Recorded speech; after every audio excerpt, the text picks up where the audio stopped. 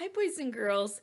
Today I'm going to read you a book called Snow, and it is by Yuri Shulevitz. And it's a very simple book, but it has this special sign on it. And that is called a Caldecott award-winning book. So out of all the books that were written that year, they chose this as one of the award-winning ones.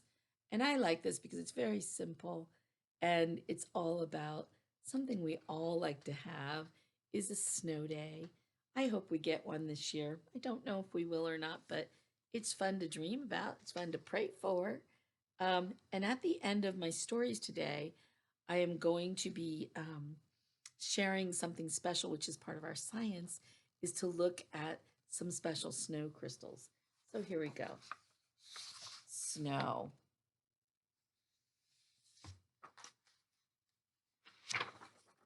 Oh, here's the beginning little picture on the dedication page. A dedication page, boys and girls, is who the author wrote this for. And it says for Margaret Ferguson and for Kiddo, whoever Kiddo is. I don't know who Kiddo is. All right. The skies are gray, the rooftops are gray, the whole city is gray.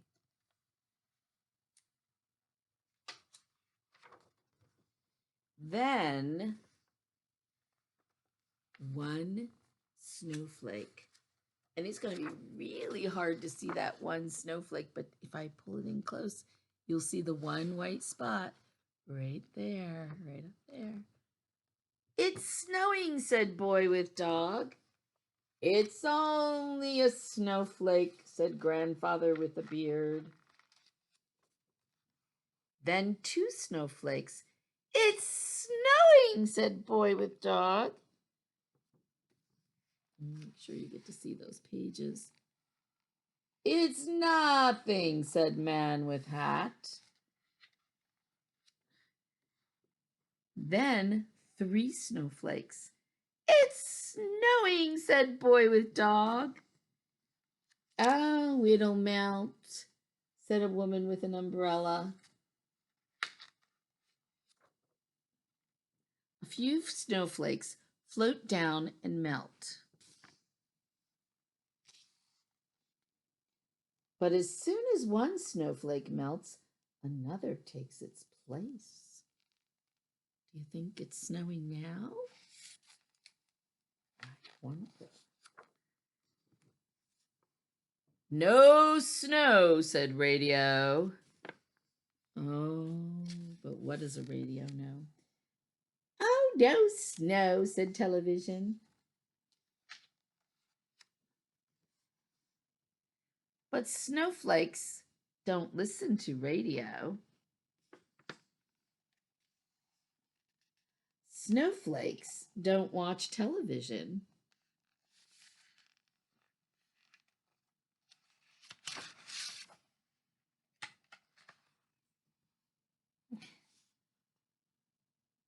Circling and swirling, spinning and twirling, dancing, playing here and there.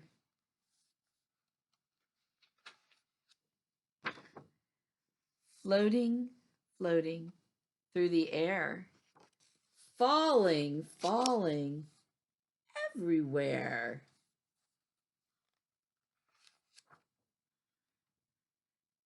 And rooftops grow lighter and lighter.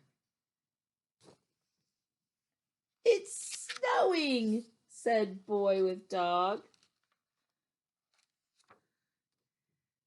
The rooftops are white.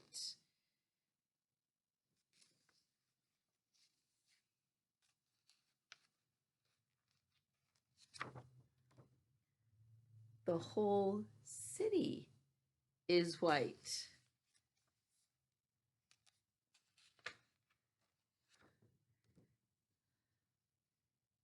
Snow, said the boy. Isn't that fun? I love snow.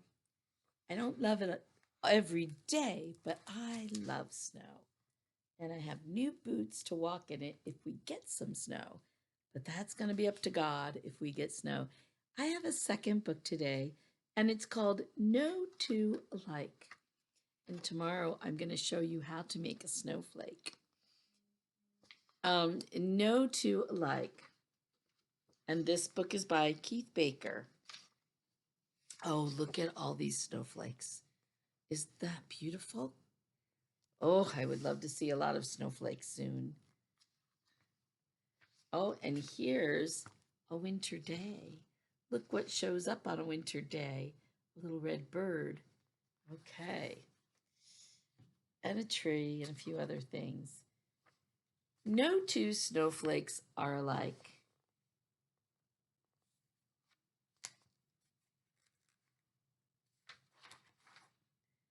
Almost, almost. And here are the birdies doing a big loop-de-loop.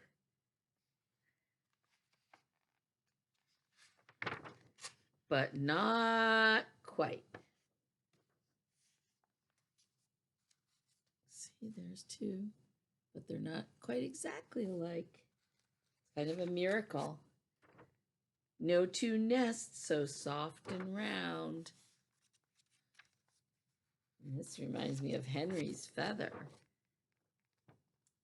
No two tracks upon the ground.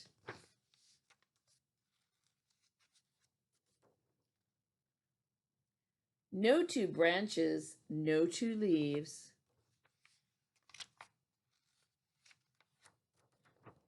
No two forests full of trees.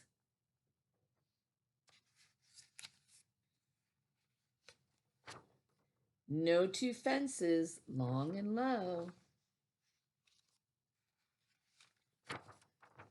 No two roads, where do they go?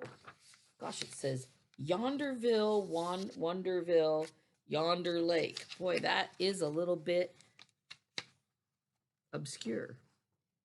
No two bridges, wood or stone. Oh, look carefully at what they've made the bridges out of. One's a log and one are stones. No two houses. Anyone home?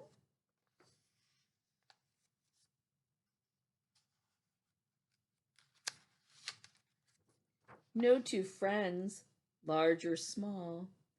And you're going to see some more friends on this tree. And I'll open it up. No two alike among you all.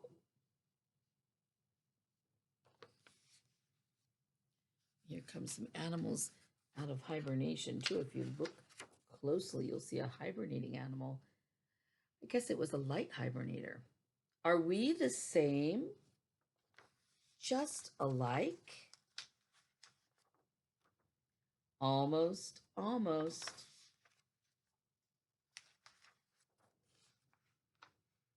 But not quite.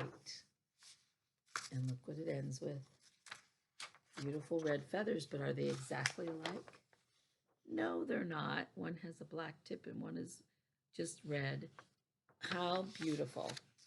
Well, now, boys and girls, since you've seen some of these snowflakes, I'd like to show you some real snowflakes. I have a bag with all kinds of real pictures of real snowflakes that I'm going to take out of my bag and show you. I had a bunch of frost in one side of it. Now I have a bunch of snowflakes, and they are beautiful. There was a man named Snowflake Bentley. His first name was different, and I'll have to read you that book when we get back to school. But they called him Snowflake Bentley because he was the very first man, and he either lived in New Hampshire or Vermont. We'll know it when we read the book. And he was the very first person to take photographs of real snowflakes. And some of the snowflakes I have here are of his first ones. But first we're going to look at what kind of snowflakes form at what temperatures. So we're starting at 0 degrees over here, and it goes down to minus 35 degrees. So you start with your prettier ones, then it goes to hollow column ones, Then it goes to really pretty snowflakes. And the colder it gets, the more they become like these hard little pellet cylinder flakes. So it says when you have to have water too, water from the rain clouds that are actually snow clouds at that point that have moisture in them. And as they drop through the cold air, they become snowflakes. And it's wonderful to see snowflakes, isn't it? So, did you know there were different types of snowflakes? Some that are more like pretty styles with they have 6 branches. 1, 2, 3, 4, 5, 6. Or if they're a column type, they are probably 6-sided. Let's see, 1, 2, 3, 4, 5, 6. A hexagon on the top of the columnar ones. That's really interesting. And the plates ones are hexagon shaped too. Wow, God is so perfect in the way he makes things. Amazing, absolutely stunning and amazing. Okay, this will be up in class for you to see. Now, here is, I believe, one of Snowflake Bentley's snowflake pictures, and that's of a snowflake done a very close photograph of it under very special conditions. Beautiful. Here is another snowflake that looks like it's full of colors. It's just beautiful. It's not the whole one, it's a part of one. But here's another one. Let's see if it has 6 branches. 1, 2, 3, 4, 5, 6. But that's exquisite and gorgeous. Look at how beautiful and perfect. Wow. I love that they're made like that. Oh, here's one of these columnar ones. It looks like an old wooden spool that holds thread, but it's a snowflake. It's during a colder weather storm, probably. I think we saw this one already. I think I have a couple that are similar in size and shape. Here's another one. And again, 6 sides. 1, 2, 3, 4, 5, 6. Here's one of those ones that are like columns. It doesn't even look like a snowflake. And I can't tell if the top or the bottom is a hexagon. However, if you go out when it's really cold and it's snowing, it feels like you have little needles poking into your skin. It's because these are not the same as the big fluffy flakes that are so beautiful. And here is a whole page of beautiful snowflakes. You would think somebody made them, and the only one that made them was God. In his infinite wisdom and ability to do things. And no two are alike ever. Ever. We may have a copy of them, 2 pictures that are the same, but no 2 snowflakes are ever alike. And you know what, boys and girls? Even if you're a twin, you're almost exactly alike, but not quite. God knows how to even make the most identical twins a little bit different. And so you can always be thankful that God made you who you are on purpose, like a snowflake, unique from anyone else. And that's how the snowflakes and the trees and the animals are. Very unique. I love it that we have all this beautiful snow made when it's at 32 degrees or colder. So that place that we have our temperature on the chart at school has to go down, down, down, down, down to 32 or down into the bulb part, which is really cold. And I told you where Missy and Cameron lived in Alaska, it went way down to minus 31 degrees, and then the wind chill factor made it minus 60 degrees. Oh, freezing. My daughter was home alone for 2 or 3 months during that cold weather. And with a brand new baby and a little toddler, they didn't go outside. She said one day she tried to take a walk and her eyelashes were freezing up. She said, that was the end of that. We walked home. So you have to know, boys and girls, in this cold snow, to be careful. Um, have fun in it, but never play uh, in a snow tunnel because it can collapse. I grew up in snow and you have to be careful. You have to have fun, but you have to be careful.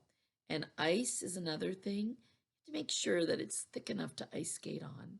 And where you ski, you should ski in places where there are safe trails and you know what's coming up next. Um, and they say never ski near the trees or the cliffs. Um, a whole lot of good things. Snow's beautiful, but when you're playing in snow or in a snowy place up in the mountains, make sure you know all the rules to how to stay safe in the cold and wear your mittens and gloves and scarves and boots and bundle up good. You can always peel off a layer, but you don't want to be caught in the cold without all that. Anyway, that's just a little bit about snow and cold weather for today. When we come back to school, we'll do some experiments. Have a great day, boys and girls. Bye bye.